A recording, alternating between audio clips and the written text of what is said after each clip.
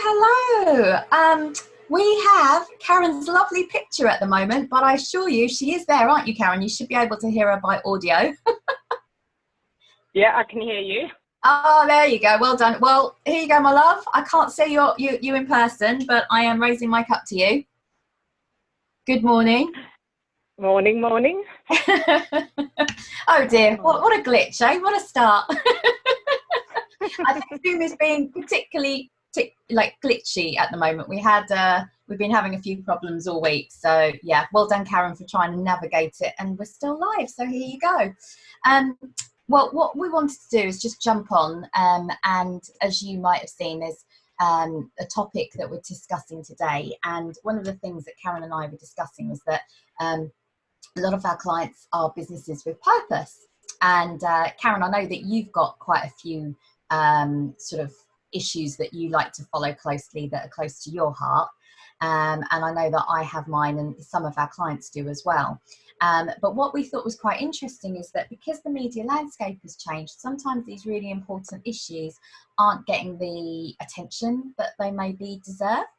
So when you have a cause and it's not on trend and it's not being discussed, what is it that you can do within the media landscape? And one of the things that I try and tell people about, this has been going on for quite some time, but as the media landscape has changed, we are looking at different models.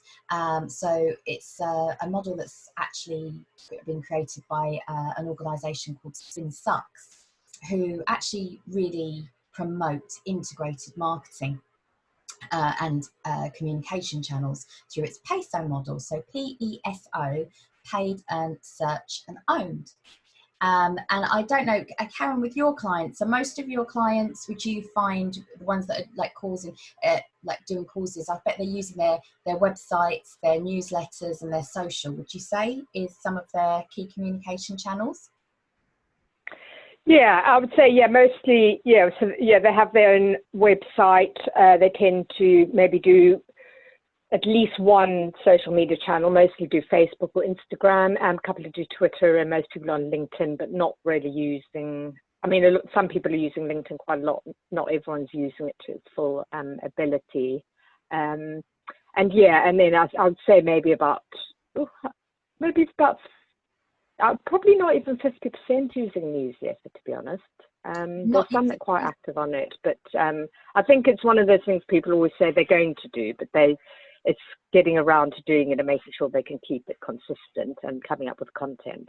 And I think as well, like one of the barriers, so I mean, you can't ignore what's happening at the moment, but we don't want to just focus on this because actually there's quite a few issues out there, and it's designed, what this chat is that I wanted to do to help was just to actually say, anyone that's got a course, anyone that's got a purpose, how is it that you're using the media effectively? Because a lot of people will think, oh, this is totally what we need to talk about.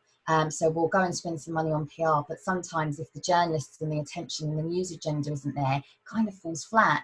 And so what we're seeing is with the Amazon rainforests, for example, I don't know about you, but my first, my attention was caught on social media posts. Was yours, Karen? You're very much into sort of eco-conscious and climate, and that's something that's really key for you. Is that how you found out about it, or did you see news reports?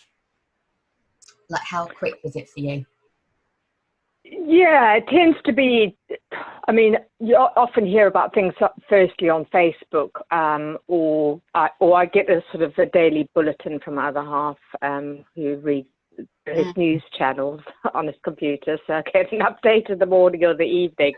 But Facebook tends to be, although I don't tend to, believe everything that you read on there, because there's a lot of fake stuff. So I will kind of, follow links and go and do a bit more research, which I think is critical, because a lot of people just take what they see on Facebook as the truth.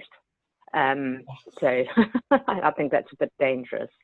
And I think as well, the problem is that if you have a cause or a purpose, that is embedded in you, that is a particular drive.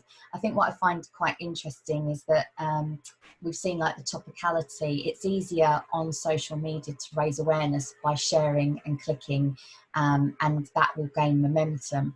But what I've noticed yesterday, which I just wanted to highlight, is that obviously with the hashtag of like obviously the atrocities happening in America at the moment, but actually the hashtag that was being used, and the black square image on Instagram, and it was really comforting to see, like, people have got different views on this, but to see everybody in solidarity with a black square on their feed, but people were using the wrong hashtag, but then also not really understanding, it was a case of, I want to show solidarity, I'll share it, but not necessarily understanding the purpose of what that black square represented. And so what you were saying is not taking it at face value and digging in and finding out what you needed to do, and then actually how you talk about it beyond just one social media post, I think is really key. But I don't know if you caught any sight of it at all, or whether or not from previous campaigns that you've seen, you've noticed that momentum.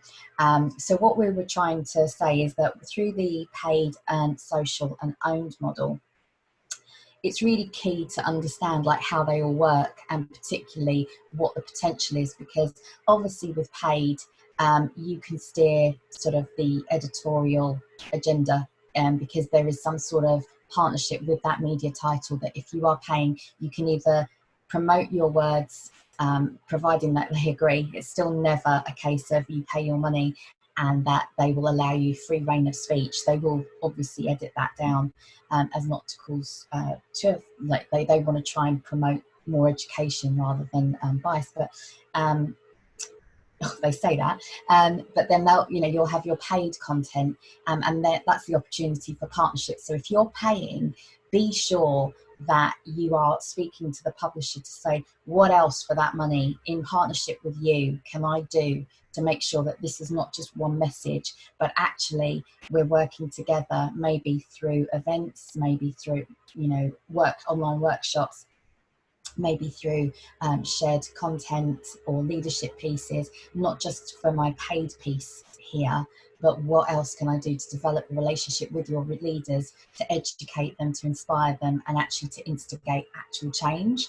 So that would be paid. Earn is PR, and that's where we are tagging on to a news agenda that's already happening. The journalists aren't looking for where the news is. The journalists will know what the news is, but they're looking for the stories to fill, to go with that news. That's where your earned PR activity happens. So that's where you're almost piggybacking, for want of a better word. But if you know that there are issues and you have something to contribute on that current news agenda, that's where your PR comes in. Owned, I think, is interesting because what I've noticed is that whatever the cause and purpose might be, and Karen, we've been chatting about this, haven't we? Well, we were just having a quick message about what we're both prepared to post and where we're both prepared to post it. Is it going to be on my business or is it going to be on my personal? Do you have, how do you feel about that? Yeah, I try. I mean, it's something probably that's sort of ingrained from a long way back, but it's sort of trying to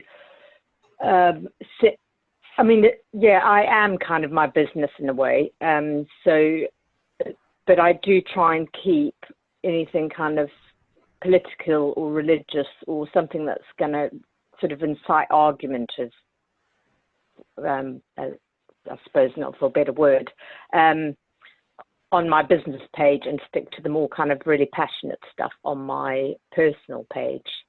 But yeah, of course, there's always crossover, and I think it's always good to support the causes that you believe in that are aligned with your brand and your business. I think that's what's important. I think if you start going on your business page and you're getting involved in every political argument going, or every cause going, or anything that you really feel passionate about, but that's not really aligned to your business, I think then that sends out the wrong message, and it's not necessarily going to attract the right kind of clients that you're looking for.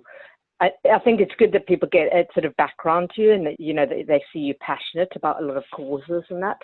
But for me, it's definitely got to be aligned. So definitely when I sort of mentioned to you earlier, like with things like Extinction Rebellion, there's a lot of businesses I know who have aligned themselves to that cause.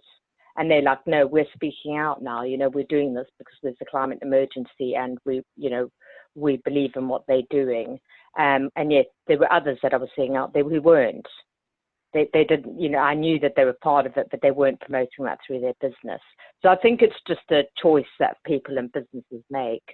Yeah. I think it's a really interesting discussion, and you're absolutely right. I don't think that can happen in 10 minutes, but I wanted to leave a couple of points out there, because the way that I see it, and the reason why I've created my business, is because I always go back to my why. We rise by lifting others. I feel like there is so much wrong in the world, and that I believe personally that we need to lift each other up to solve that. Now, as it happens, my drive will be, I know there are businesses out there that are going to come up with creative solutions, or there might be organisations or social enterprises or charities out there that are trying to make an impact, not to put a plaster sticker over the issue, but actually looking for ways to create the impact to stop or improve the situation. And I think that's really true. So if I just to jump in there, is I think it's about putting out the positive things and the solutions, I think, rather than just going on and sort of going, oh, I can't believe that this is going on. Oh, look at what they're doing here, and really getting involved in your your own sort of opinions and feelings and stress and that about it. I think it's very important to sort of look at that, assimilate it, and then go, you know what, here are the solutions that these people are trying to do, and put a more positive spin on it. Yeah, I commend that, because actually, and again, I'm only going to use this as an example, and because I can use this from my personal experience, but as a person of colour, I'm seeing a lot of emails and posts about, people understanding now what white privilege is. And actually, what's happened is that I'm seeing this flood of content, and I'm like, yeah, but I actually want to see what the issue is. Like, what is it I need to do to help? I don't really need to see a checkbox of what you're doing. And if it's short-lived, I actually want you to see you every day doing these things. And it's not that I don't commend them. I actually welcome it. I actually love seeing it. And that's why I loved seeing the black box, because for me, it's like, all right, this is the start. This is the start of where we're all going. This is what that box actually signified. So for me, it was like, oh, that's a good thing to see. But you're always going to get mixed reactions. And I think what has really come across it, this is just my personal view, and I understand why people are doing it, because they feel like, I need to stand up. This is wrong, and I want to help. And I think that's wonderful. But I also noticed how people are scared, and they're doubting themselves as to whether or not to stand up. So I think to bear in mind that, listening first, on social, and reading, whatever is out there by these organisations, find the organisations and the ones that you're aligned with, because like you say, Extinction Rebellion, there are things that they have said that I might not agree, but I totally support what the end result is. I want to see that, but I might go with somebody else that, a different organisation that I'll choose to promote. Doesn't mean that I don't discredit the cause at all, but it's really interesting to see the differences, and why it's so important that if you are that organisation, you have to get that message out on these different channels to make sure that people understand where you're coming from, but most importantly, what impact you're going to make if people follow you. It's certain things that, we can do at a more, we can always share a hashtag, but I want to know, more importantly, what I took away from yesterday is I followed people and I thought, right, where do I know the changes need to happen? And it's going to be really uncomfortable, a bit like, climate change. You have to, you can start with one bottle at a time, one plastic bottle at a time, single-use plastic you can banish, or you can go down the complete zero waste lifestyle.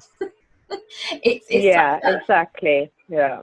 don't you think? It is. It's a choice you make, and I think I just want to have a quick shout out to Fran, who's on the live. And hi, Fran. And she was saying actually, being a member of a specific group can help filter information.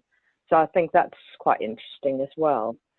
That's cool, and actually, you can also help provide some facts, figures, truth. I mean, again, I'm trying not to share and react by just sharing posts.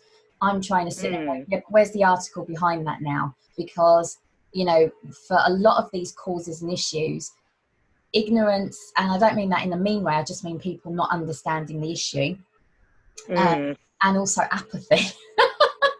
Are the two. Yeah, I think it's putting your point of view across as well, isn't it?